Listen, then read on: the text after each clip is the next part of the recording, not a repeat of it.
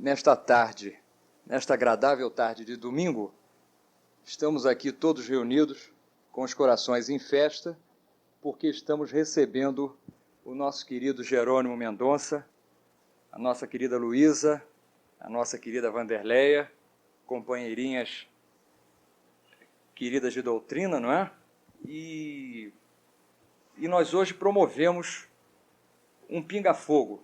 O pinga-fogo foi feito na televisão com Chico Xavier. São perguntas e respostas. Cada um de nós formularemos perguntas e o nosso Jerônimo irá respondê-las. E nós vamos, então, neste momento, pedir ao Jerônimo, que nos faça a abertura dos estudos desta noite e desta tarde. Está vendo, Nívia? Vamos fazer uma coisa bem à vontade para não é? Pedindo a Jesus que nos abençoe, não é, Jerônimo? E que nós possamos realmente manter o nosso discernimento nesta tarde, a nossa sensibilidade e o nosso padrão vibratório sintonizado com a espiritualidade maior, para que essas palavras trazidas por você com tanto carinho, com tanto conhecimento, com tanto amor, nessa missão maravilhosa, que realmente nós sabemos, Jerônimo, que você é o grande vencedor dos grandes fantasmas que todos nós trazemos conosco, o desânimo, a invigilância, a vaidade, o orgulho, a intolerância, né? A agressividade, a maledicência, o sarcasmo, a ironia. Nós sabemos que realmente você nos traz, com essa palavra amiga, essa palavra evangélica, os remédios para essas falhas da alma, não é, Jerônimo? Então, nesse momento, nós passamos para você, para a abertura desta tarde fraterna. Que Jesus nos abençoe. Nós vamos solicitar o concurso da nossa irmã Vanderleia, que nos auxilie, pedindo a ela que faça a prece de abertura.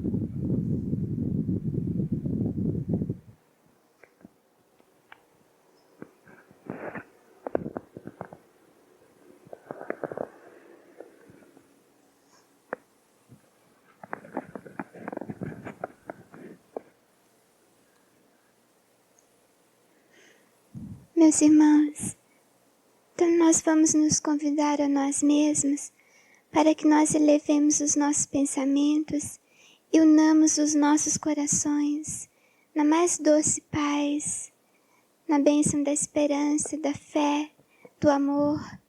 Vamos agradecer a Jesus por todas as bênçãos que o Senhor tem nos concedido através dos tempos. Rogar a Jesus que nos perdoe por todas as nossas faltas e rogar ao Mestre de Nazaré, ao anjo da paz e sol de nossas vidas, que ele possa nos abençoar e nos envolver em sua paz.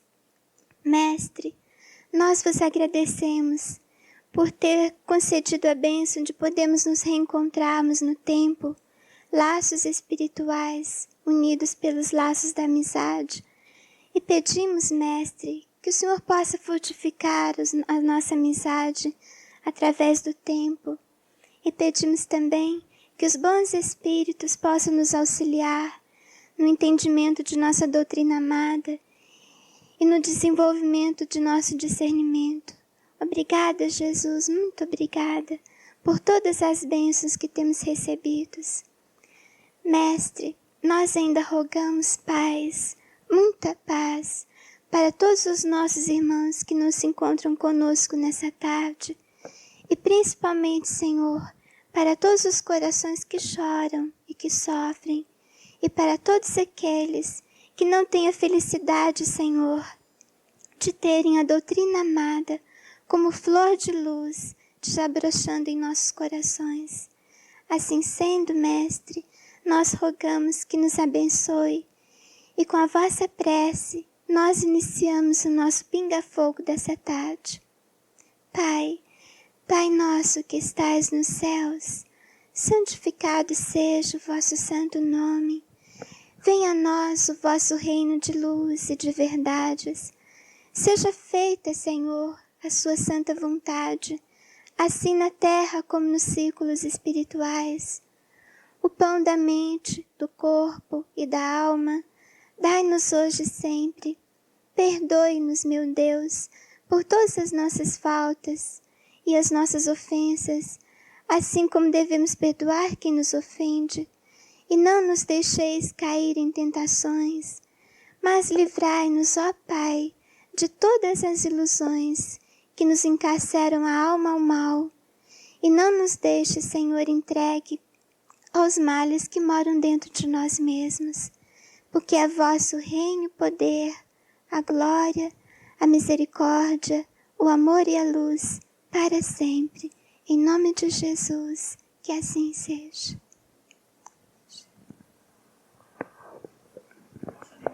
O ventilador, ele vai atrapalhar a gravação.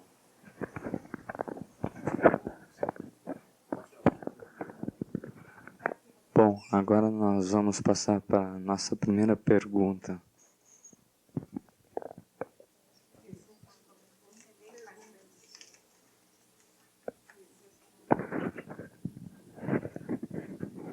G, sobre o planeta. Essa letra não está. Ana Lúcia vai fazer direta, G.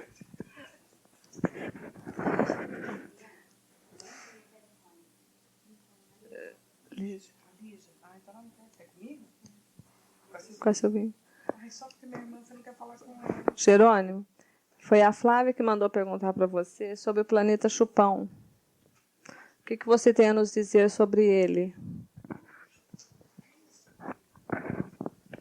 Segundo as informações do plano espiritual, esse planeta ele se aproxima periodicamente da Terra e ele tem uma finalidade de higienização, nós poderíamos dizer, da psicosfera planetária.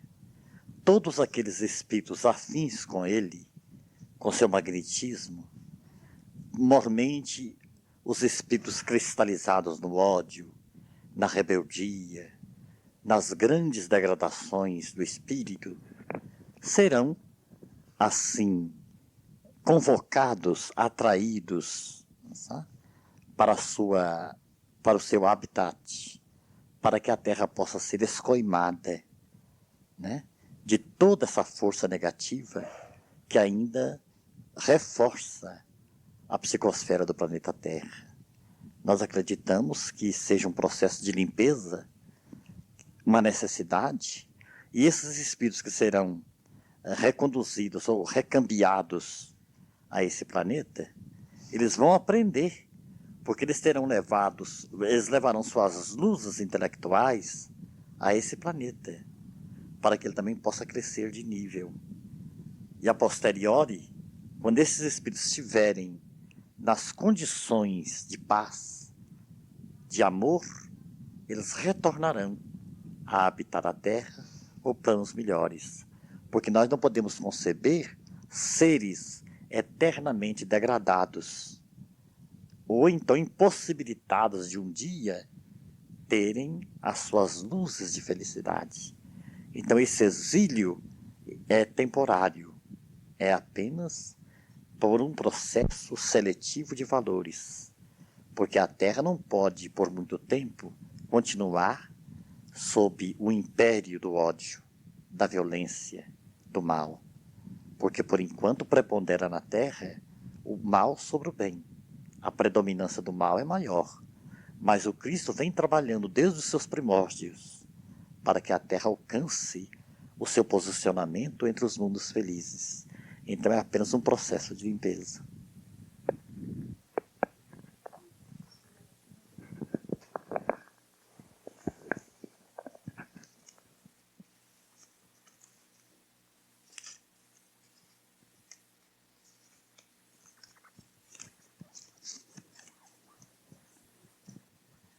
Gê, nós queríamos saber, uma amiga escreveu aqui sobre o doente mental, em todos os sentidos. e sobre os laços familiares, e se o doente mental também é kármico, ou se é, sim, problema genético ou kármico.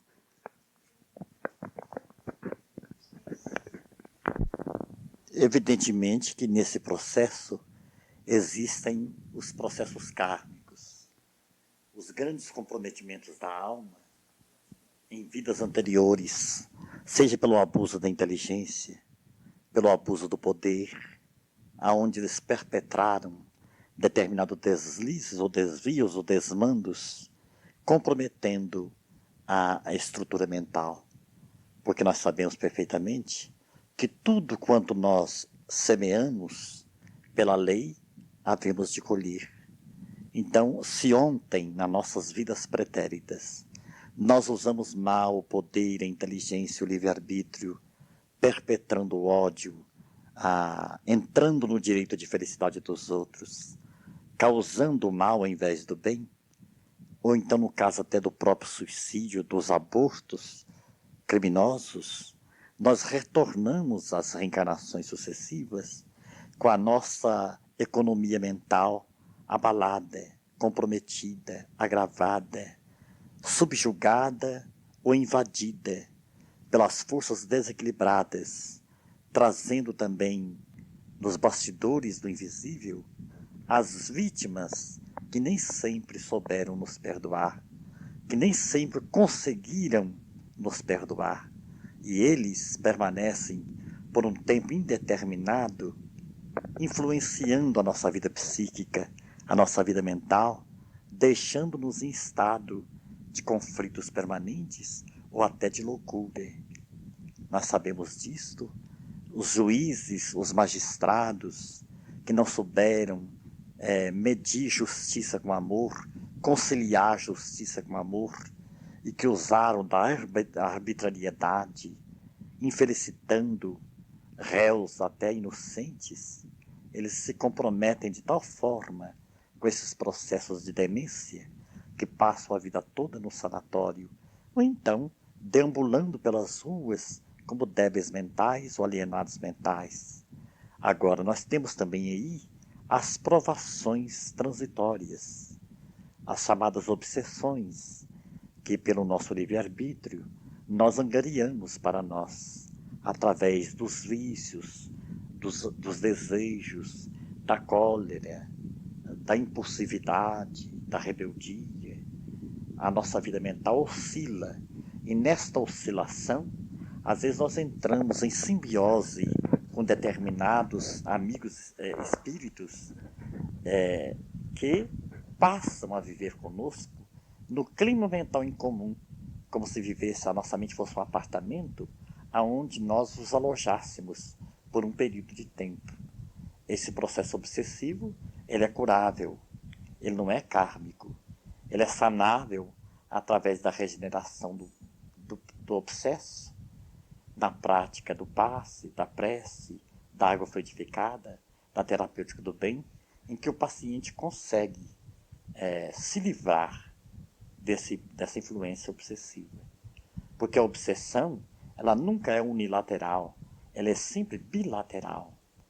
Nós atraímos aqueles que são afins conosco. Os semelhantes se atraem. Então, na nossa vida mental, nós podemos colocar a esquizofrenia, que é o câncer da psiquiatria. Por que a psiquiatria não consegue solucionar os processos esquizofrênicos? Porque o esquizofrênico, no ontem de sua vida, foi aquele homicida. Ele matou e suicidou-se ao mesmo tempo. Então ele cria para si o processo da esquizofrenia, para resgatar esse duplo homicídio.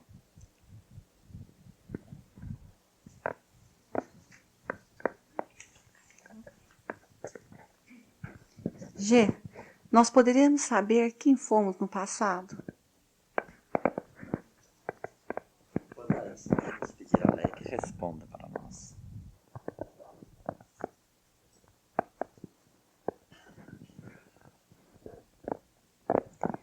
Nós sabemos através de ensino dos próprios espíritos que todos nós temos condições de saber quem fomos no passado através da mediunidade.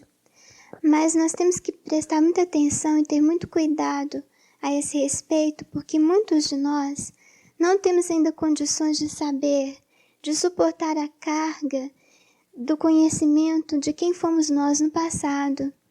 Porque nós sabemos através do nosso campo de batalhas, das nossas lutas pessoais aqui no hoje, que nós não fomos assim espíritos beneméritos, bons no passado.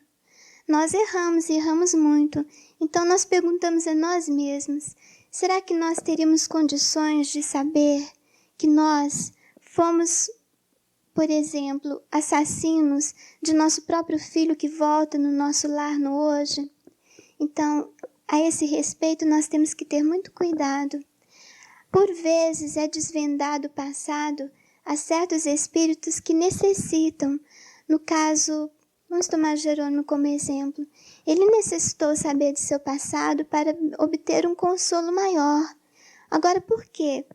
Nós, espíritas, que sabemos da verdade, que temos a bênção da esperança em nossas vidas, por que nós vamos precisar saber de nosso passado, se nós ainda temos tanto a construir no hoje e no futuro?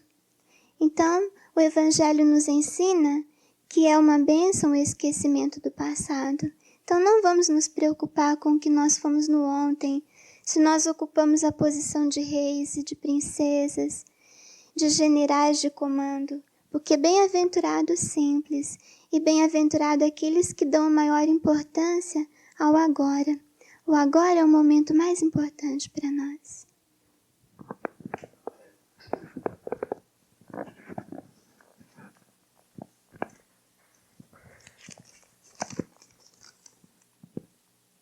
Jerônimo, eu e minhas amigas gostaríamos que você falasse sobre a beneficência.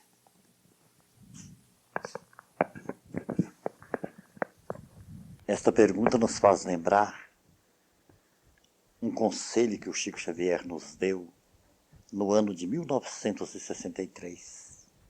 Talvez o médium preocupado com o desenvolver, o desenrolar dos nossos dias de provação, quando ainda éramos jovens, tínhamos nessa época apenas 22 anos, ele nos disse: meu filho, com minha experiência no convívio com os bons espíritos, eu posso lhe dizer que neste mundo, com exceção da caridade, tudo é ilusão. Se o homem soubesse que a caridade é o passaporte divino para que ele um dia possa habitar mundos felizes, se libertar de todos os desequilíbrios, de todas as doenças, processos de obsessão, ele colocaria o relógio despertar mais cedo para ele ter mais tempo de fazer o bem. Então nós vemos que a beneficência, ela é para nós tão imprescindível ao equilíbrio do espírito como o oxigênio para os nossos pulmões. Ninguém pode viver sem respirar. E se nós respirássemos o clima do bem, nós nos privaríamos de muitos dissabores, de muitos tormentos voluntários, de muitos entrechoques de doenças. Porque o bem é comportamento, o bem é disciplina, o bem é a fraternidade em marcha, o bem é a vivência do homem em harmonia com Deus e a natureza. É o respeito profundo que devemos a todos os seres, até mesmo aos objetos.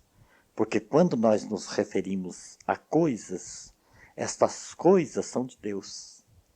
Desde o inseto ao sol, o respeito que nós devemos ter pela natureza é aquele de Francisco de Assis.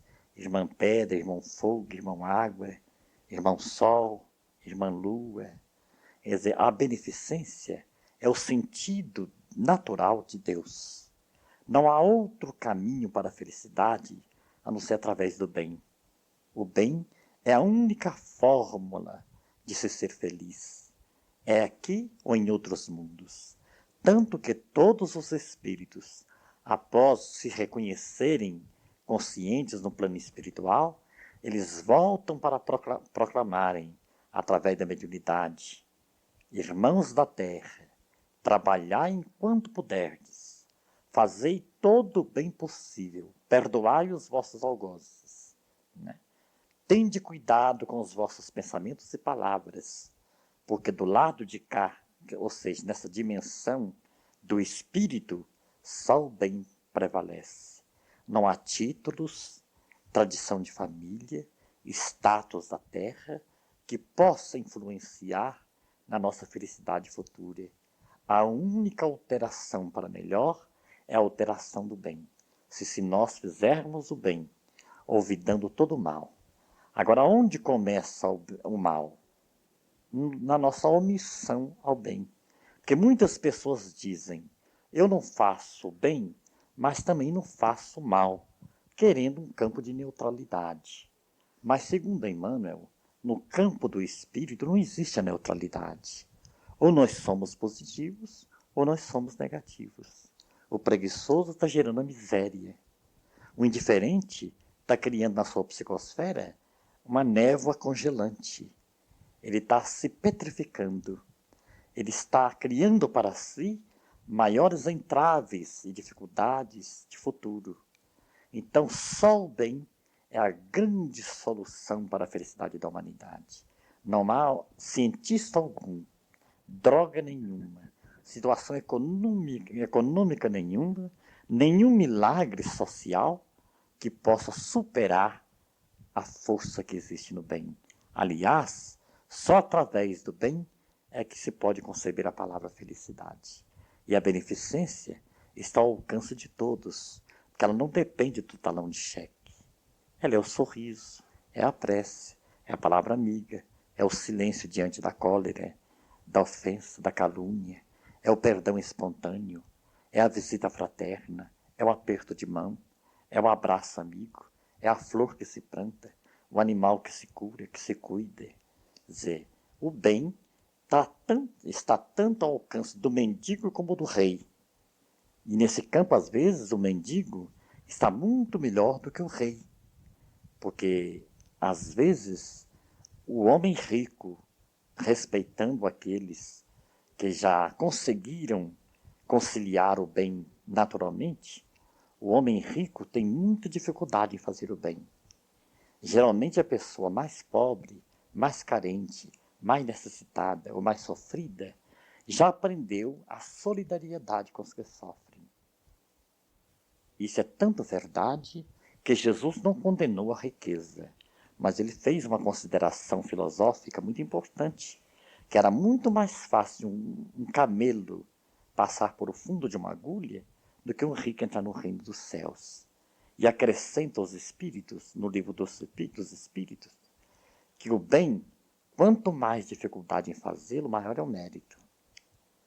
Por isto que Jesus louvou o óbolo da viúva, porque naquela tarde de Jerusalém, as multidões, cada um colocava no gasofilácio, aquele cofre público, conforme as posses que possuíam.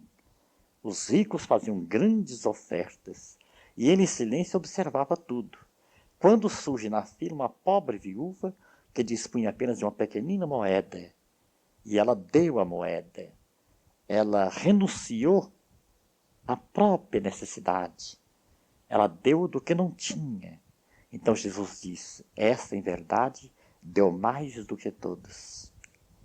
E ainda que nós tivéssemos os braços amputados, a ausência de sol nos olhos, de som nos ouvidos, ainda que nós não dispuséssemos de um só grama de saúde física, nem esta situação nos impediria de fazer o bem, porque o bem tem o tamanho do coração de cada um.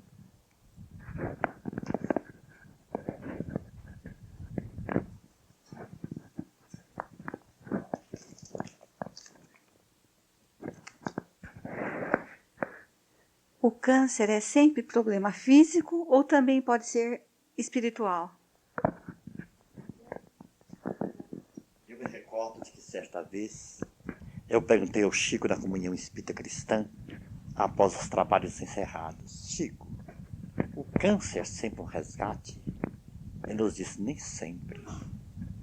Eu quero acreditar, palavras do Chico, que uma pessoa depois dos 40, 45, 46 anos, que receba um câncer, ele está sendo auxiliado pelo mundo espiritual para entrar no mundo dos espíritos com menores dificuldades.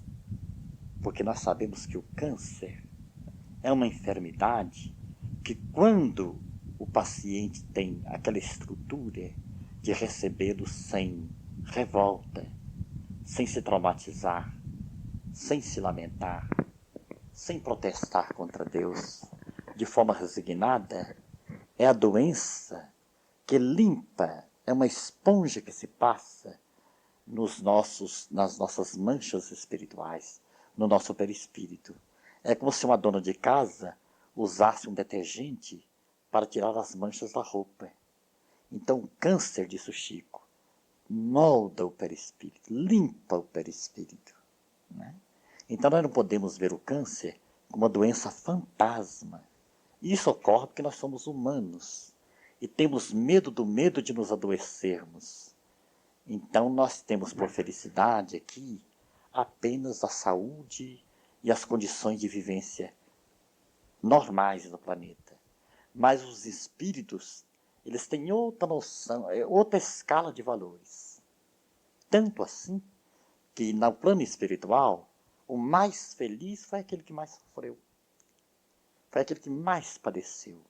Eu ouvi também nesse caso aí, existem os processos kármicos. Muitos suicidas voltam com câncer para reorganizar as lesões do perispírito. O câncer infantil, muita doença cancerina que volta para poder fazer com que os suicidas de ontem passem por uma terapêutica, né? Que eles lesaram o perispírito. Então, o câncer, nós vimos uma criancinha de 4 meses de idade com tumor no cérebro na Comunhão Espírita Cristã. Nessa época eu ainda dispunha de visão. Essa criança chorava, incomodando todos da fila. Tanto que, por cavalheirismo, por bondade, eles permitiram que a mãe que carregava a criança falasse em primeiro lugar com o Chico. Quando a mãe foi se aproximando do Chico a uma distância de 2 metros, a criança parou de chorar. Aí ela falou, Chico, há 3 meses que ninguém dorme com essa criança. Qual médico que você nos aconselha para levá-la? Então o Chico aconselhou o médico e pediu que desse passe na criança. Mas após a reunião, quando nós estávamos a sós, ele disse assim, aquela criança me preocupou. O choro constante da criança. Então eu perguntei ao Dr. Bezerra de Menezes o que estava acontecendo. E ele mostrou em tela mediúnica a vida passada dessa criança. Era uma moça muito bonita, que havia acabado de discutir com o namorado no portão. Entrou para o quarto do pai, pegou o revólver e deu um tiro no cérebro. Então ela voltou com câncer no cérebro para poder curar-se da lesão que ela provocou na região do cérebro, no perispírito. Não tem recurso. É o resgate. Então nós vemos aí.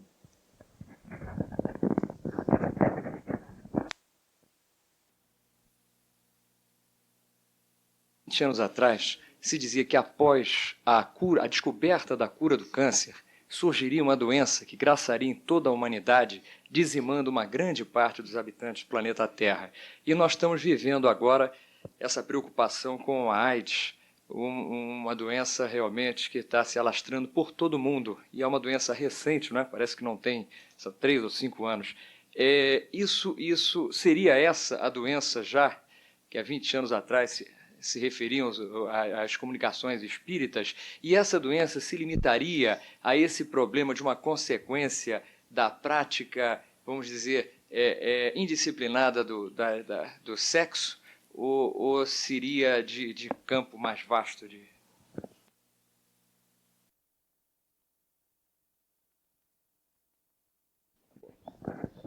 Interessante que há 2 semanas Antes, nós estávamos em preparativos para virmos para Araraquara, quando Mário Tiburcio nos disse: o Chico está estudando detalhadamente, profundamente a questão da AIDS e está convidando os espíritas para fazer um estudo. Porque o planeta, ele tem que evoluir, a humanidade tem que progredir. Então, além das calamidades naturais, como as erupções vulcânicas, os terremotos, os maremotos, as epidemias, realmente que acontecem na humanidade, surgem essas doenças inesperadas para corretivo ao abuso, ao desregramento do homem na sua animalidade, dos tóxicos ao sexo desequilibrado, animalizado, porque essa inversão de valores cria realmente uma doença, uma psicosfera doentia, patogênica em torno da Terra. Então essas doenças, elas têm uma função justamente terapêutica, de concitar o homem a uma renovação de comportamento, a uma renovação de conduta, a uma disciplina, porque não pode continuar essa conduta à revelia da justiça divina. Deus é infinitamente paciente. Então nós vemos que essa doença, ela tem justamente essa função de chamar a atenção da humanidade, não só dos nossos cientistas, porque de um lado ela exercita o homem a pesquisar, a progredir no campo da pesquisa, procurando um meio de erradicá-la, como também ela vem chamar a atenção de todos nós para que nós tenhamos mais cuidado na nossa vida moral, no nosso comportamento, para que nós nos disciplinemos ante os nossos impulsos eróticos. Então essa doença, ela vem como corretivo doloroso para dizer ao homem: não, nem mais um passo, tende cuidado, não brinqueis de viver. Então esta é a função. Por isso que nós vemos que o câncer, como a AIDS, são doenças que desafiam a ciência.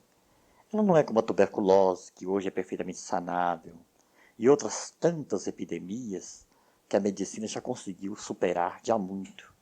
Elas levam um tempo respeitável para encontrar uma terapêutica de solução, para que nesse período, nesse tempo, a espiritualidade faça essa faxina, essa limpeza da psicosfera do planeta, para que o homem se conscientize da grande transcendental responsabilidade de viver. Então ela tem essa função.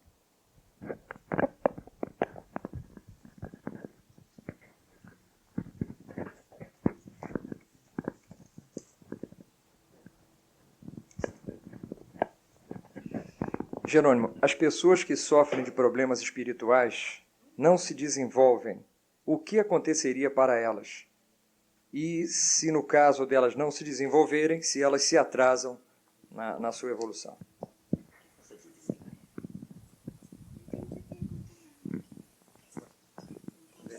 Me parece que seria o seguinte: as pessoas que sofrem de problemas espirituais e que não se desenvolvem, talvez esse ponto, e que não se desenvolvem, o que aconteceria com elas? E no caso delas não se desenvolverem, se elas se atrasariam espiritualmente? Não sei se foi esse sentido também. É isso? Tá bom, Roberto. É engraçado que a gente vê que existe uma grande preocupação no meio espírita do desenvolvimento da mediunidade. Mas nós já tivemos oportunidade de ouvirmos o Chico falar desse assunto quando nós ainda nos reunimos lá no Grupo Espírita da Prece. E o Chico uma vez estava nos dizendo que no meio espírita há uma grande preocupação do desenvolvimento do mediúnico, mas o mais importante é o desenvolvimento do coração. Então não é importante se eu tenho problemas espirituais, se eu tenho visões ou se eu tenho o dom da psicografia ou da psicofonia, que eu as desenvolva ou que eu seja um médium, no sentido amplo da palavra mediunidade. O mais importante é ser médium de caridade, porque é isso que está faltando. Há muitos médiuns psicógrafos e psicofônicos, mas raros são aqueles que são psicofônicos e psicógrafos, mas que são médiuns também de caridade. Porque é muito fácil nós desenvolvermos o campo mediúnico. Mais difícil mesmo é a gente desenvolver o campo moral, o campo da caridade. Então, nós sabemos que o Chico se preocupa muito com esse assunto. Não sei se você se recorda, Jerônimo, quando ele nos falou sobre isso. Fortalecendo ainda mais a resposta da Vanderlei, nós diríamos que realmente o Chico fez essa dissertação, que o trabalho é a única força de nos libertar, é a única solução para o nosso desenvolvimento geral das nossas faculdades.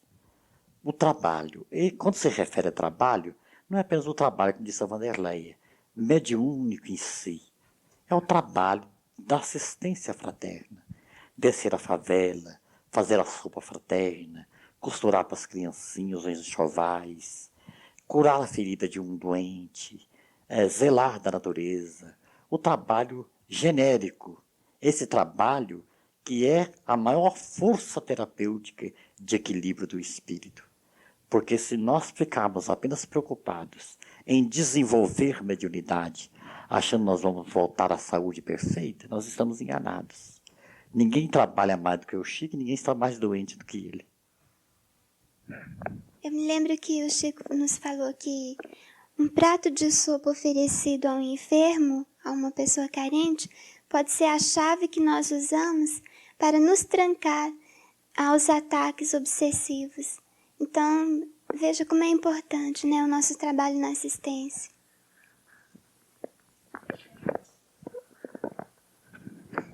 Gê, não que seja essa pergunta assim que eu quero saber para uma necessidade, sei lá, minha, é apenas uma pergunta curiosa. Não que eu esteja preocupada com isso daí. Mas, como você falou aí do sexo, Gê, quer dizer, nós sabemos que a Terra, quando ela fosse já um planeta de regeneração, e nós sabemos que os espíritos precisam reencarnar, então como que vai ficar o sexo quando o planeta for um planeta de felicidade, disciplinado, regeneração, de felicidade? Como que fica o sexo aí para os espíritos poderem reencarnar? Não, o uso do sexo é divino. O abuso, o desregramento, o desvio sexual é que cria essa calamidade moral. Quando nós estivermos vivendo um mundo de regeneração e de paz, onde a humanidade for realmente feliz, as forças do sexo estarão ainda em atividade, porém com aquele caráter de disciplina, não apenas em função do prazer, mas do dever. Então nós diríamos assim, que nós devemos colocar o sexo em função da vida e não a vida em função do sexo. Porque os próprios animais, considerados irracionais, eles só se acasalam em época do cio. Então por que nós vamos usar o sexo à revelia da moral, criando lesões dolorosas? Porque o sexo desviado de seus objetivos procriativos, dentro daquele espírito de disciplina e responsabilidade, ele é responsável pelos abortos criminosos, pelas catástrofes morais, pelo suicídio, pelo homicídio. Por quê? Porque cria lesões afetivas. Ali é o rapaz que desequilibra a jovem que acreditou nele. Após possuí-la, ele subtrai dessa responsabilidade, se subtrai dessa responsabilidade. O que vai ocorrer a essa moça quando ela não dispõe de maturidade, de estrutura? Ela vai para o suicídio. Se ela não for para o suicídio, para onde ela vai? Para o meretrício. Quem foi o responsável? Quem foi o algoz dessa jovem? Quem foi o culpado? Então nós vamos recordar André Luiz. Nosso lar ele teve a humildade de se confessar que, quando estudante de medicina, os pais sempre de muitas posses financeiras, ele andou flertando com a empregada da casa. Apesar dos conselhos da mãe, para que ele se acautelasse, ele transpôs o sinal vermelho da prudência e teve com a moça um relacionamento, sem nenhum comprometimento de ordem moral, porque ele não quis se responsabilizar por ela. Lógico, aqui foi apenas um momento de prazer, da descarga erótica. Resultado, a moça se desequilibrou para outros caminhos difíceis. André Luiz tornou-se médico, constituiu família, sobreveio a enfermidade, consequentemente a desencarnação. Após 8 anos de período umbralino, ele foi levado à instituição de nosso lar.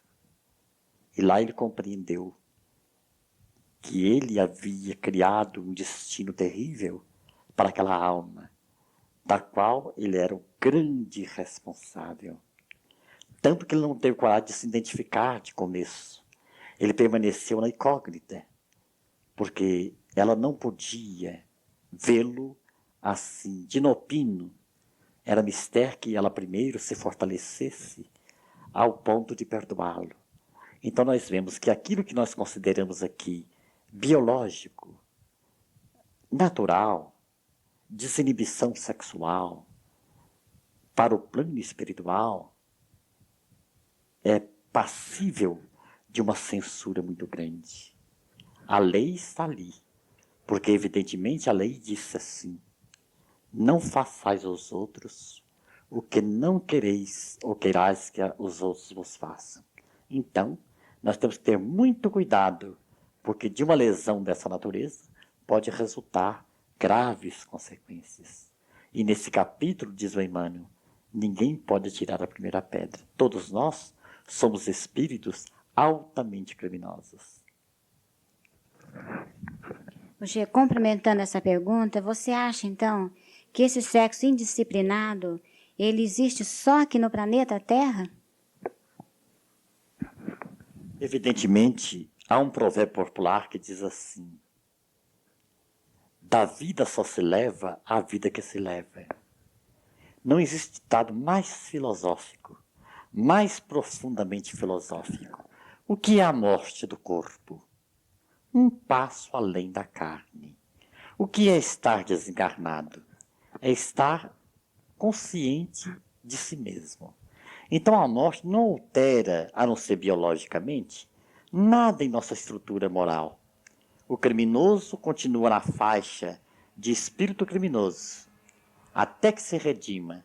O toxicômano vai continuar um toxicômano desencarnado até que se cure. O sexólatra vai continuar sendo um desequilibrado sexual até que se regenere. O avarento vai continuar avarento até que se transforme. Então, a morte não altera o nosso comportamento moral. Ela não opera milagres. Ninguém desencarna homem e sai santo na espiritualidade. Então, nós temos entre os espíritos regiões circunscritas especificamente do sexo. Nós temos no plano espiritual espíritos especificamente avarentos. Nós temos espíritos especificamente toxicômanos, cruéis verdugos da humanidade. Então, nessa promiscuidade espiritual, esses espíritos se usam uns aos outros. Eles se valem uns dos outros. E também eles pesam na economia moral do planeta, na economia mental dos homens, coparticipando dos nossos desejos. Às vezes, no ato sexual, assim, a revelia, pode estar conosco 2, 3 parceiros desencarnados participando desse ato sexual. Vocês vão ver isso no livro Missionários da Luz, quando aquele casal se preparava para um contato sexual, preparando a reencarnação de Segismundo. Ali estava presidido a alcova dela por espíritos superiores. Então André Luiz perguntou: e se ela não fosse um espírito preparado, que buscasse a oração e a vigilância, Como estaria, nesse momento, a sua privacidade? Falou, não haveria privacidade. O quarto da nossa irmã estaria invadido por espíritos inferiores que participariam desse ato como se fosse uma coisa pública. Então nós vemos que no plano espiritual há o crime para os criminosos, há os sexos para os desequilibrados desse campo. Existem os avarentos. Tudo quanto tem na Terra existe lá. Então, vamos compreender que morrer não é o suficiente. É preciso se preparar para desencarnar.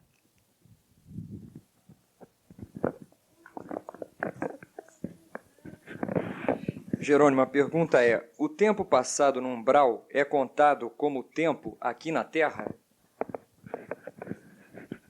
Claro que não. Primeiro que o espírito perde a noção de tempo. André Luiz teve 8 anos, para ele fazia um século. E aqui na Terra nós podemos ter uma ideia disto, como tudo é relativo. Um momento de dor, um momento de aflição, de tensão nervosa, o tempo parece não passar nunca. Vamos comparar. Meia hora de cadeira de dentista parece um século, mas meia hora numa praça florida tomando um sorvete é um segundo. Então, o espírito na espiritualidade, ele perde a noção do tempo, porque muito entre eles nem o sol vem, nem as belezas naturais eles apreciam. Eles estão tão enceguecidos nas trevas interiores que eles não têm a noção do belo. Então, 10 anos de umbral, eles acreditam que faz uma eternidade que estão sofrendo. E isso lhes constitui castigo, porque eles não veem fim nos seus sofrimentos. Porque aqui na Terra nós sofremos tendo a visita de um amigo, uma melodia para os ouvidos, a bênção de uma palavra amiga, o colorido da paisagem, uma lição para a reflexão, ou um remédio amenizante. Mas no plano espiritual, na região umbralina, é como se fosse uma região de loucos, em que todos os desmemoriados gritassem de uma só vez.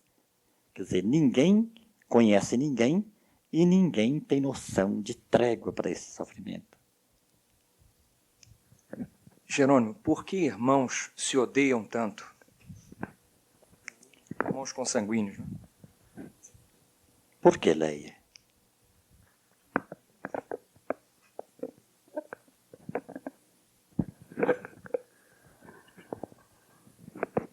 Eu acho que nós não devemos tomar essa pergunta numa generalidade, né?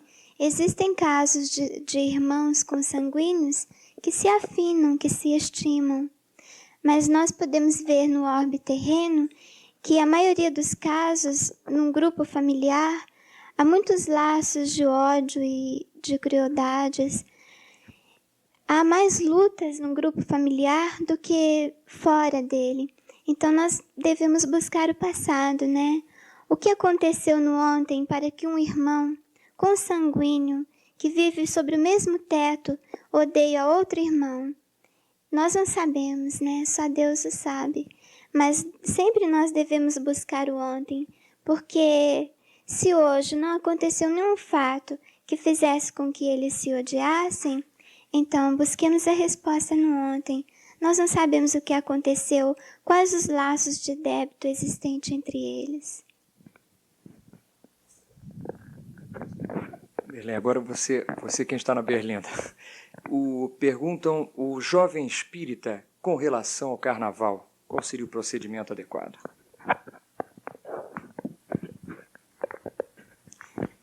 Nós sempre pensamos, e isso eu aprendi com o Jerônimo, que o espírita não deve ser um antissocial, né? Deve participar de todos os meios sociáveis da vida em comum. Não é porque nós somos espíritas que nós devemos ser diferentes, né? Pessoas antissociais, pessoas antipáticas. Nós podemos participar, sim, do carnaval, quem gosta, né? Porque há espíritas que não suportam o barulho e a presença do carnaval mesmo em si. Mas há aqueles que gostam. Então a responsabilidade está na consciência de cada espírita. Nós podemos sim brincar o carnaval, mas com moderalidade, né? Com responsabilidade, não abusando do carnaval, ou seja, daqueles artifícios de lança-perfume, de abusos, de sexo mesmo. Então, por que não? O Jerônimo sempre diz que saber dançar é rezar com as pernas, né, Jerônimo? Nós podemos, sim, mas com responsabilidade. Aliás, tudo que o espírita faz deve ser com responsabilidade. Jerônimo, a pessoa de cor preta, ele escolhe a cor como prova? Evidentemente, ele tem que passar por essa aprovação para exercitar dentro dele a humildade. Porque os espíritos extremamente orgulhosos de ontem, eles voltam, às vezes, na epiderme escura para buscar os valores da humildade. Né? Então, nós não podemos dizer, porque nós não somos racistas, nós os espíritas, né? E não somos racistas até certo ponto, porque eu faço essa pergunta muito à Lu. Um dia eu perguntei à Lu, você permitiria que a Wanderleia casasse com um homem de cor? Ela engasgou outra vez, né? Quer dizer que, falou assim, eu permitiria se ela gostasse, mas a pessoa não deixa de dar uma engasgadinha no gogó, né? Será que permitiria mesmo? Sabe? Então nós sabemos perfeitamente que às vezes o cidadão de cor pode ser um espírito elevadíssimo também, que vem para dar lições de profunda humildade ao homem chamado branco, né? Porque enquanto o ser humano for analisado pela epiderme, mostra a nossa pobreza espiritual. Porque o valor de um homem não está no corpo, está no caráter, né? Na beleza da sua alma. Será que nós amaríamos menos Jesus se Jesus fosse negro? Será que nós amaríamos menos a Mãe Santíssima se ela fosse de cor? Quer dizer que nós sabemos perfeitamente que em casos assim são provações. Porque a Terra, na condição de planeta de provas e expiações, ainda tem muito preconceitos. A humanidade preconceituosa. E há uma rejeição instintiva ou natural contra a isto. Não vamos dizer apenas no exterior, no Brasil também. Né? Não deixe de causar espécie, suspense, quando a gente vê casos assim, né, acontecerem. Então nós vemos que para um planeta quanto a Terra, a epiderme escura ainda é motivo de grandes sofrimentos, de grande expiação. Jerônimo, só o espírito que escolhe a cor, ou somos nós mesmos que fazemos da cor um preconceito? Nós temos preconceito, vamos dizer, nós, em grande maioria, somos racistas, tá? Quando na espiritualidade, no balanço de nossas ações, quando nós pesamos na balança consciencial o nosso currículo na Terra, e que vemos que o nosso débito é grande, que superou já muito o nosso crédito, então nós às vezes solicitamos determinadas medidas correcionais, provacionais ou expiatórias à providência divina, para ressarcirmos desses abusos. Quando o espírito não quer se submeter docilmente, então ele vem como expiação, lhe é imposto a expiação. Queira ou não, ele tem que vir. Gente, vamos pensar. Que Deus nos permita citar esse nome, não apenas como se ela fosse uma racista, apenas para... Ela vive hoje a glória do cinema. É uma artista muito famosa.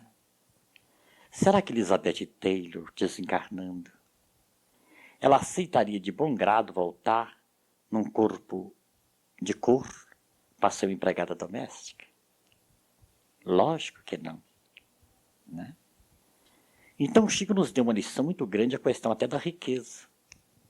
Eles que o espírito vem bilionário, depois milionário, depois rico, depois remediado, depois mendigo. Porque se ele sofrer uma mudança abrupta de escala, ele vai para o suicídio, um atrás do outro. Sabe? Então essas mudanças, elas são gradativas. Elas não podem ser abruptas, porque senão o espírito não aceitaria. O Chico visitou nas periferias de Beraba um mongoloide, um paraplégico. Ele era surdo, mudo, paralítico, cego, idiota. Então ele se compadeceu diante daquele quadro. Então o espírito de Emmanuel disse para ele: Chico, você está diante de um espírito que já se matou 11 vezes. Então a única medida que a espiritualidade teve para com ele é colocá-lo nessa camisa de força.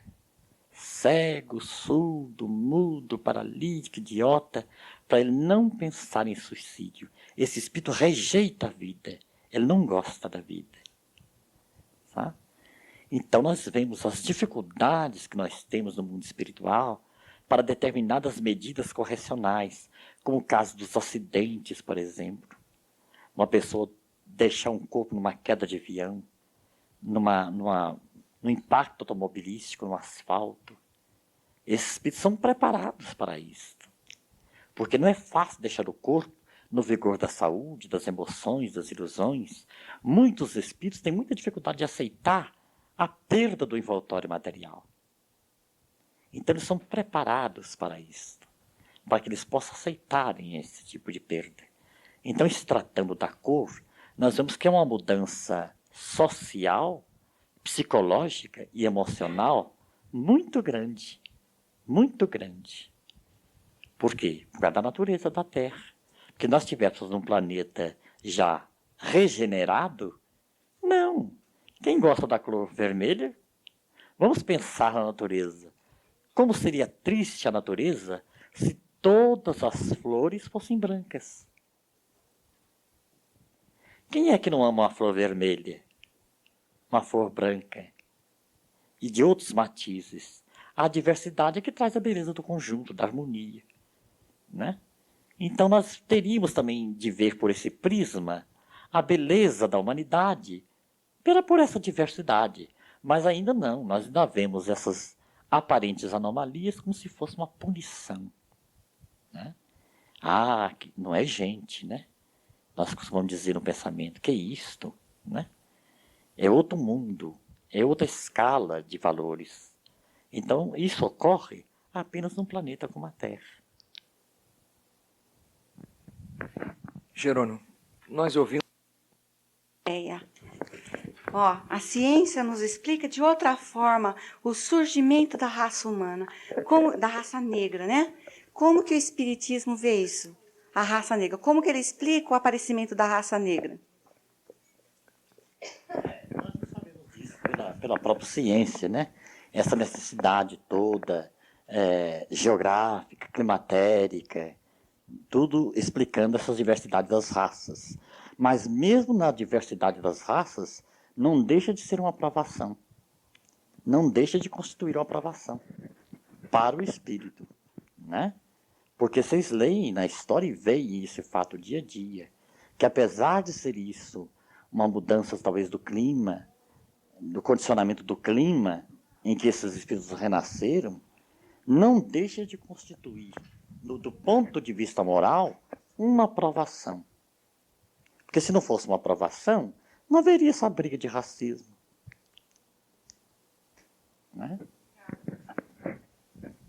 Jerônimo, uma ocasião, nós recebemos uma orientação de que quando nós conseguíssemos, pelo nosso exemplo, transformarmos o obsessor ou o espírito que, por um crédito na espiritualidade, ele tem o direito de nos perseguir. Quando ele se transforma e se afasta desse processo de perseguição e de obsessão, que automaticamente é encaminhado um outro espírito para exercer esse mesmo papel de nos tentarmos, né? De tentar criar obstáculos à nossa evolução.